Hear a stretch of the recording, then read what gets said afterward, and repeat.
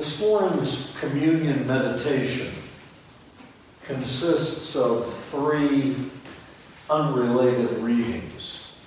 They are things that I've come across that I have found valuable and quite touching.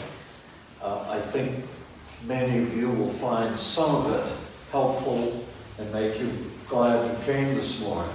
Perhaps not all of it, but if everybody can get something, I'll be satisfied.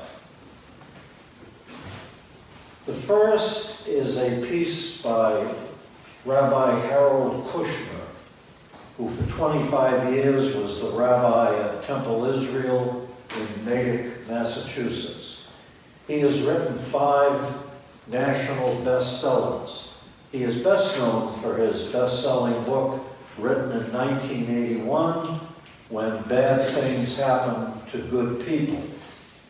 One critic called that book the most important book of popular theology ever written in America. Rabbi Kushner is now retired. He is 84 years of age. It's a very short piece, and he writes about Judaism. And I think a good deal of what he writes we can take and apply to our relationship with the church in general perhaps, but certainly our own congregation. And I really found this helpful.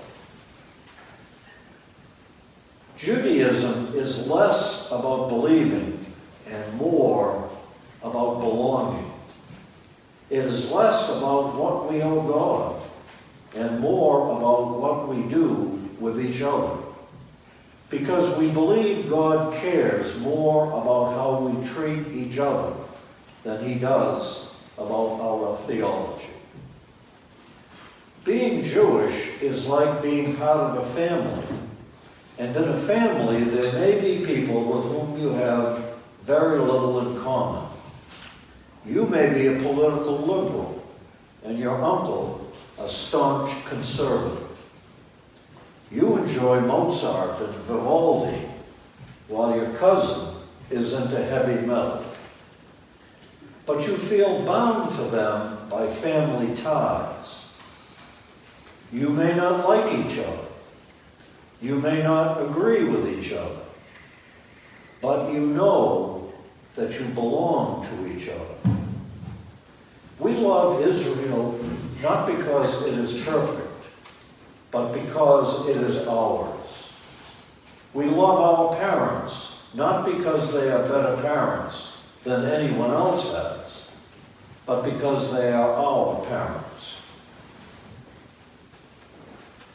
And we love Judaism not because we have examined its theological beliefs and found them compelling and valid, but because it is ours.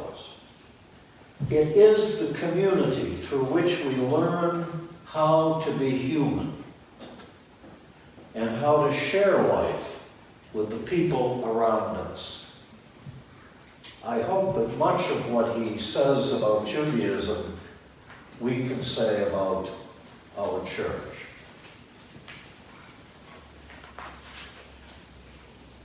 And now, a different tack altogether.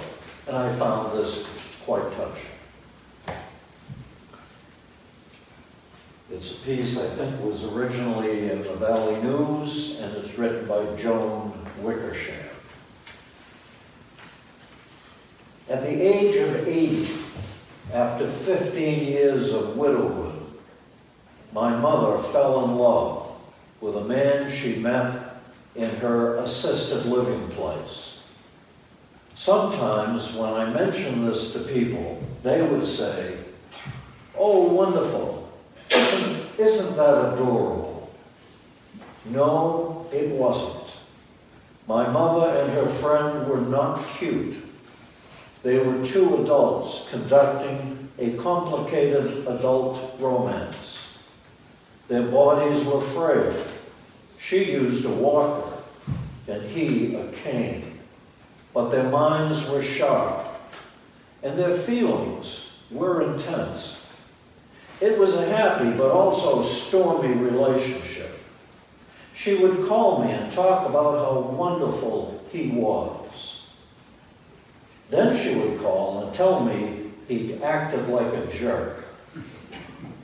She was late for a meal, and instead of waiting for her so they could eat together as they usually did, he sat at a table with 3 other women, and when my mother arrived, there was no room for her. "I'm going to break up with him," she said. "I deserve better than this." We talked for a while. She calmed down. And then she laughed. "Can you believe this?" she said. "It's just like high school." Partly she meant that it was juvenile. She was 80, and she was trying to figure out if a boy really liked her. But partly she meant that she had not expected to be hit hard by love at this point in her life. To feel so giddy, so raw, so turned on, so uncertain. She believed in the myth that love among older people is wise, mature, not sexual. That all the wild oats of youth eventually get boiled down into some bland porridge called companionship. My mother and her friends certainly valued companionship. They played bridge and Scrabble together, listened to music, talked about their lives and their families. But my mother also got an aide to take her to the mall in her wheelchair so she could buy negligee. "Can you believe it?" she said again when she told me.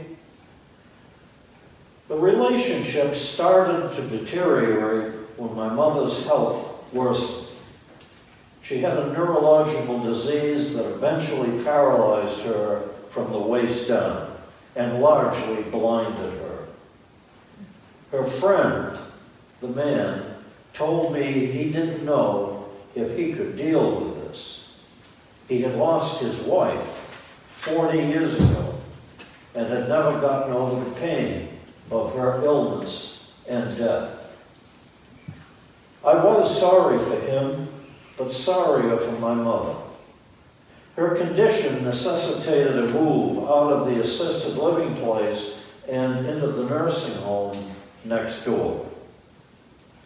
She hated it, but insisted on staying there to be close to him. Only he hardly ever came to see her. "He's a jerk," she would say yet again. But then a day or two later, she'd read me a poem she had written for him. Watching her light up when he did call and suffer when he didn't, I thought of the people who'd said, "Oh, that's adorable." I'm not sure why we infantilize older people when it comes to love and sex. Maybe we're scared of the idea of frail bodies and strong passions. We want to tame old age, make it diminutive and cozy. We don't want to think, someday, that'll be me. Maybe we don't really understand until we get there that love can always come at any age, that it can be exciting and frustrating, wild, comforting, painful, and magnificent. A few days after my mother died, we held a memorial service in a friend's large living room. People got up and spoke about my mother. A pianist played pieces she had loved. In the middle of one of those musical interludes, there was a commotion in the hallway. The service was almost over. Who would show up now? Leaning on his cane and supported by his daughter, my mother's friend walked very slowly into the room and sat down. His health had deteriorated too.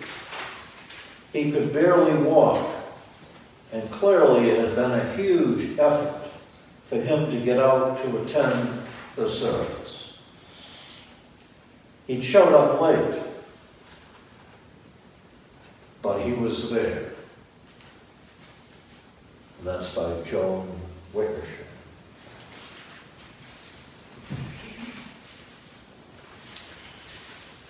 Finally, a shorter piece, and this is from one edition of Morning Edition on National Public Radio a few years ago. And the author is Leroy Sievers, who writes about his own experience. I was up at the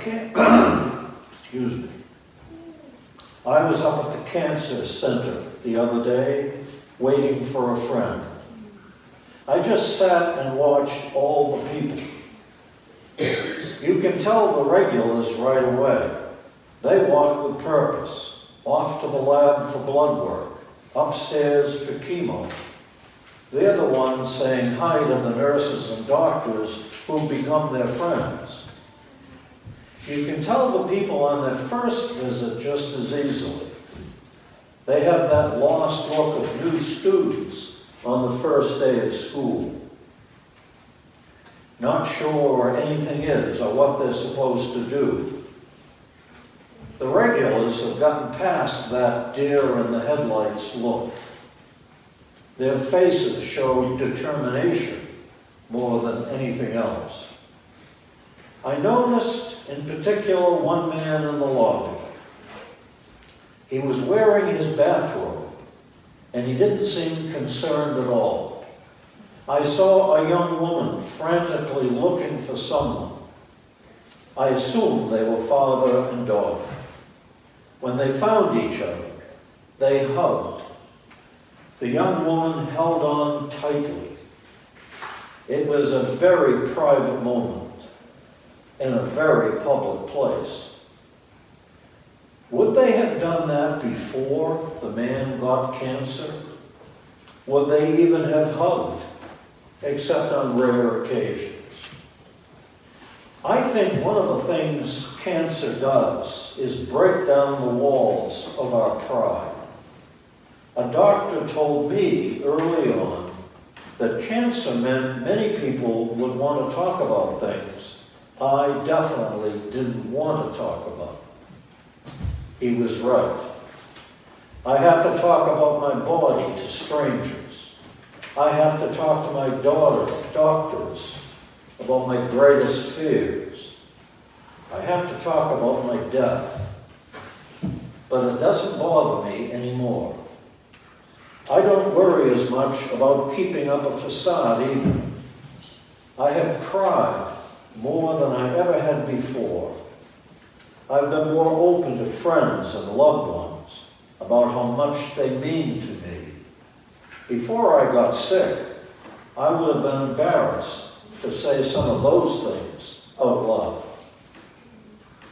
In the cancer wards, you see more physical displays of affection, a touch, a hand on the shoulder, some gesture meant to reassure or just let the other person know they're not alone. Cancer teaches that worrying about what other people will think and being discreet is something we don't have time for. What has happened, I think, is that we've all been humbled. Cancer has freed us to do the things we knew we should be doing all along. I don't think I'll ever forget the image of that man in the bathrobe and that young woman holding on to each other so tightly in the midst of a crowd. For me, that's life as it should be lived. Leroy Sievers.